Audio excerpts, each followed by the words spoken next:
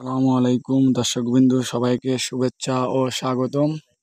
আজকে সকালবেলায় আমি এই যে মাঠে আসছি। এটা কি মাঠ বলে? এটা বারুইপাড়া মাঠে আসছি।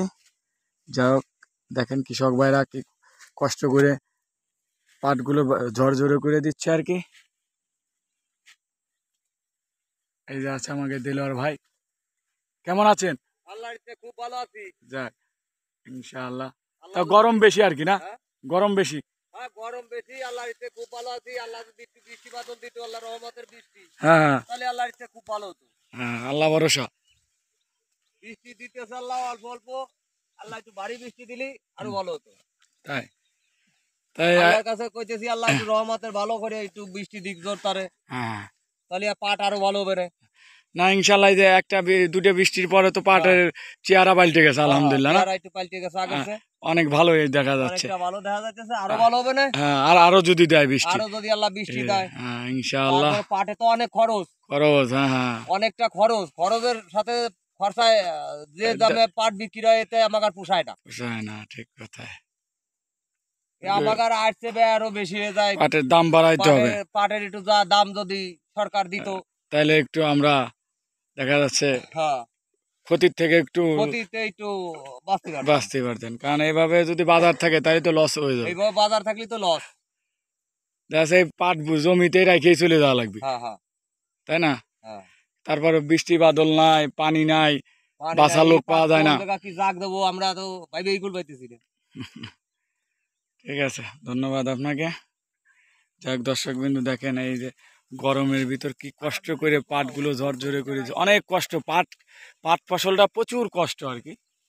যাই হোক, কষ্ট হলেও এখন কাজ করে, কৃষিকাজ এইগুলো করাই লাগবে, তাই না? এইভাবে আর কি ঝরঝরে করে দিচ্ছে আর কি, দেখেন।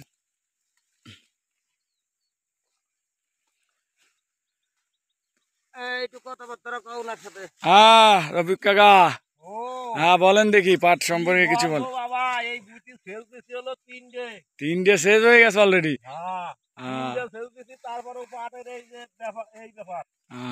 তাই আবার একটু মাথাটা দেখো, সার দিছি, মনে করো 2 ভিড়ে সার দিছি। হ্যাঁ হ্যাঁ, এই যে পাট ধরে দাঁড়ান, হ্যাঁ কালাম্বার মতো দাঁড়াতে সার দেওয়া আছে। হ্যাঁ, তারপর আবার ইউরিয়া দিছে হলো 1 বস্তা। হ্যাঁ, খরচের পার খরচ, হ্যাঁ খালি খরচের পার খরচ। হ্যাঁ, এখন এই যে খরচ, এর আগের নিরি কিসের নাক চলো 14টা। ওরে আল্লাহ, এই নিরি আবার এই যে মনে করো 7 জন নিয়ে বেজেছি, 2-3 লাগবে না। ও বাবা, অনেক খরচ হয়ে যাচ্ছে না? অনেক খরচ হয়ে যাচ্ছে, তাতে তো বাজার যেভাবে আছে এইভাবে থাকলে তো লস। এই বাজারে তো আমার আর কিছুই থাকবে না, কিছুই না। তারপরে এই যে জায়গাটায় জমিতে অনেক ব্যয়বহুল খরচ হবে, পানি না হলে পারা খুব খুব খারাপ, ক্যারিং খরচ অনেক পড়ে যাবে, অনেক পড়ে যাবে। মানে আপনার গাড়িতে করে এই পাট নিতে হবে। ওরে বাবা, তা নিয়ে 2-3 কিলো পথ পাড়ি দিতে হবে, 2-3 কিলো দূরে নিয়ে ফেলাতে হবে। ওরে বাবা। দর্শকবিন্দু দেখেন, এই আসলে পাটের যে পরিমাণে খরচ, তাতে সেই পরিমাণে কিন্তু দাম পাচ্ছে না আমাদের কৃষক ভাইরা। পাটের দাম আসলে সর্বনিম্ন 5,000 হলে মনে হয় ভালো, তাইলে মনে হয় কিছু থাকবে নাকি? কিছু থাকবে, নাহলে যেভাবে বাজার আছে এভাবে লসে পড়ে যাবেন। দেখেন সারিবদ্ধভাবে আর কি পাটগুলো টাইনিয়ে দিচ্ছে আর কি, খিজি পাটটা দেখেন। এই যে নিচের অংশ দেখেন, এই যে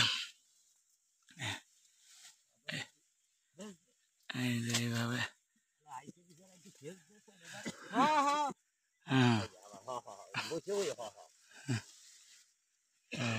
আমি তো আকাশ